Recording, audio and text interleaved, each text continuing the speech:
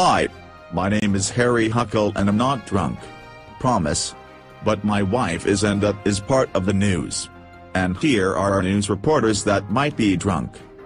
I'm not drunk, Harry Huckle. Back to the news. Did you hear that Harry is frickin' drunk? Take that back, Pufflebutt. Anyway, next reporter with some important news. Hey Harry the Platypus. I was not done yet. Who cares? Let's get back to the show. Gosh, what is wrong with that guy? Oh crap, Harry. It was supposed to be my turn.